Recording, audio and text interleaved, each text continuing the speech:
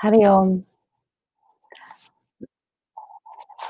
Loving pranams to our most beloved Swami Chidananda Ji Maharaj and pranams to Swami Shivananda Ji Maharaj and pranams to Swami Shivananda and Premananda Ji Maharaj.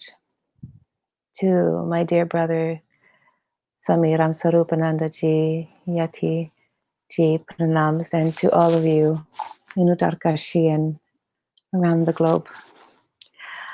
How to speak about Swami Chidananda Ji.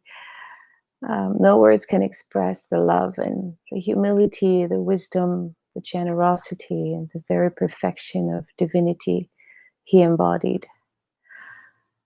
The divine emanated from his presence. Every cell of his being expressed the divine light and love. And each of us were very touched in a very special way by his presence, and we still are every day. I met Swami Chidananda Ji when I was a one-year-old baby here in Canada. And I met him again only when I was 16 years old, more or less. Then I would see him in his visits in North America and in Europe, and later in my life in India. My first trip was in 1993, and it felt like home. Very engaged, Swamiji's presence showed me the very importance of the invisible presence of the Guru. He would so very often come in my dreams all my life to guide me, bring me support, and tell me again and again in my dreams, do not fear, you're never alone, I'm always with you. Do not fear, you're never alone, I'm always with you. To a point that if I say even today, oh, I'll do this alone, or I'll be alone, it doesn't sound true. There's always something in my heart that says, alone is not true. It does not exist. I'm never alone. And his words deeply ingrained in my heart. And from my very early days, Swamiji would tell me, I love you as my own daughter. No, you are my daughter. I am your father. You are my daughter. So I started calling him Daddy G. And I always talked to him as Daddy G. And over the years, I started to understand a little bit.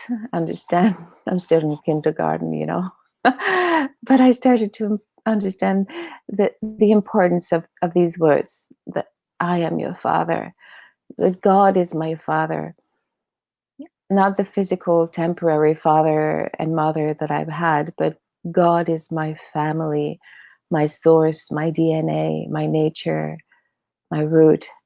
And I should identify to that father alone.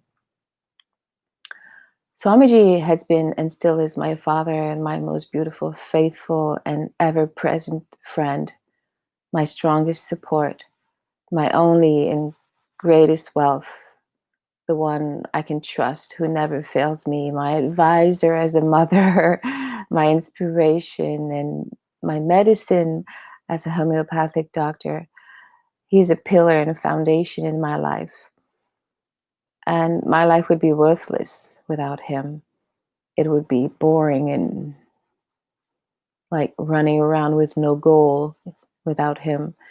He's been so very patient with all my imperfections and my running around and about for useless things in this world. And he's been and still is the highest example in my life. I'd like to share this story with you. During a retreat with Swamiji in the US in the early 90s, we had about 3 satsangs a day with Swamiji.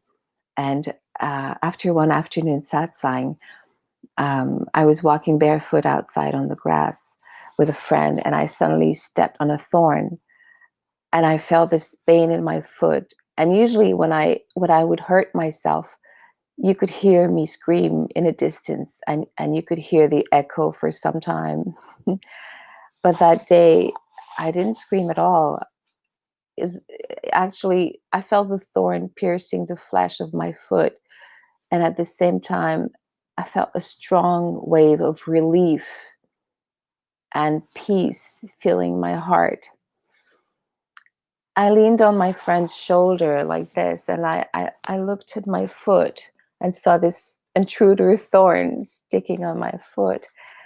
So I plucked it out and took a good look at it and just threw it away, saying, something worse could have happened. So I went on with my day and just forgot about the incident.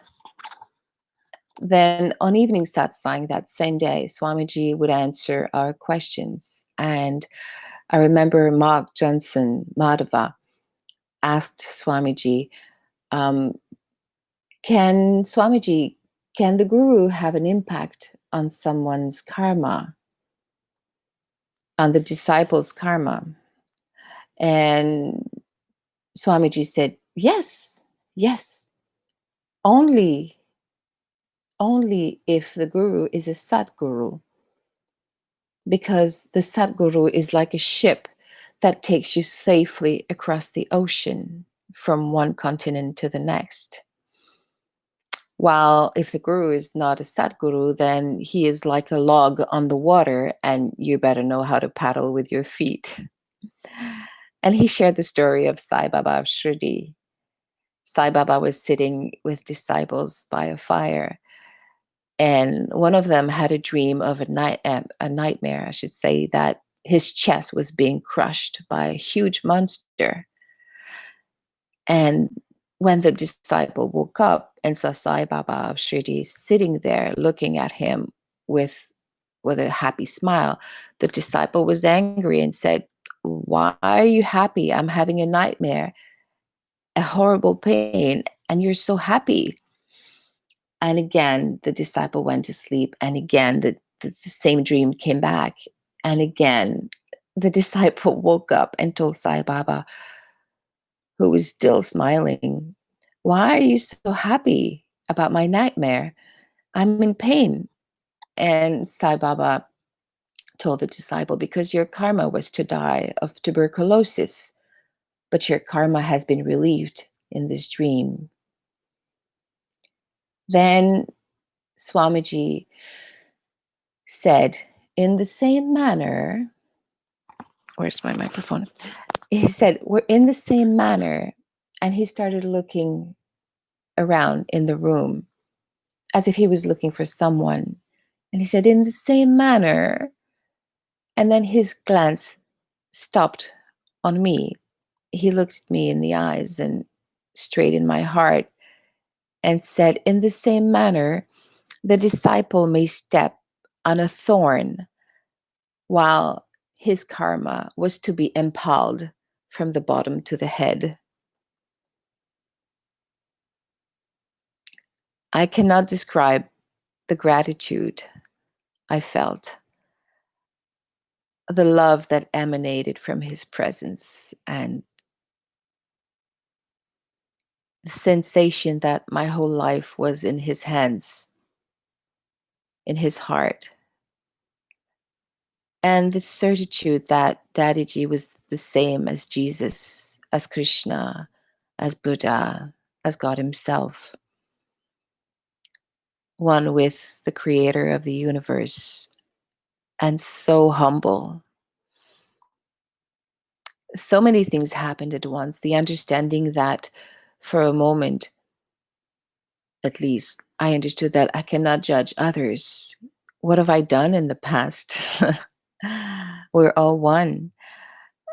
Then this Dadiji in front of me is so humble, and he never said, "I am the Satguru."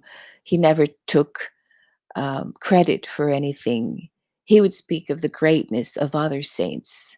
Even in this story he's told us, he would not take credit for his generosity and his virtues and what he did for us. He would give all glory to God, to Chidananda. At the moment, I started to deeply wonder, who is he? And who am I in relation to him? I was maybe 18 years old. And I often felt that as if my eyes were closed and I was in front of the brightest light, the shiniest light in front of me, but my eyes were closed and I couldn't see, could perceive him properly. It was a little frustrating sometimes, and yet how wonderful his presence emanated and still does. Swamiji walks the talk. He is the expression of omnipresence, omnipotence, and omniscience. He always is.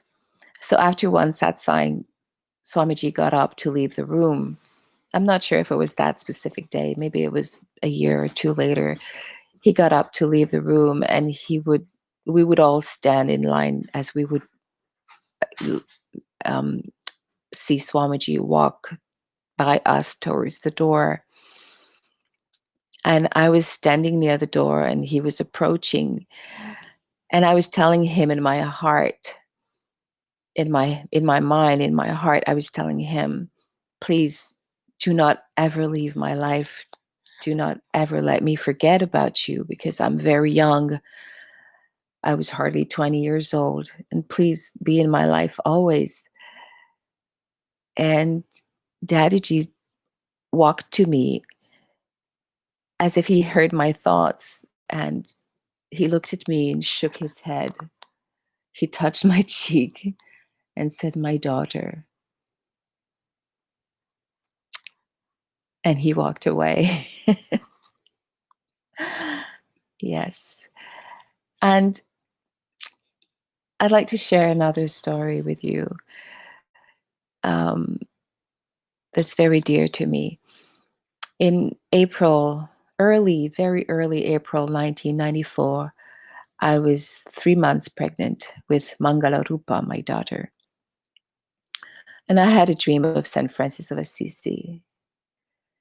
And to make a long story short, St. Francis was walking in the crowd, and I kneeled down on my knees, put my hands together, and prayed, God, please, please, please let me see his eyes. I would really like to see his eyes, you know? And then St. Francis approached me and took my hands so I would stand. And he says, Ingrid. And I wondered, how does he know my name? And I thought, oh, yeah, of course, he is divine. He knows everybody's name, right?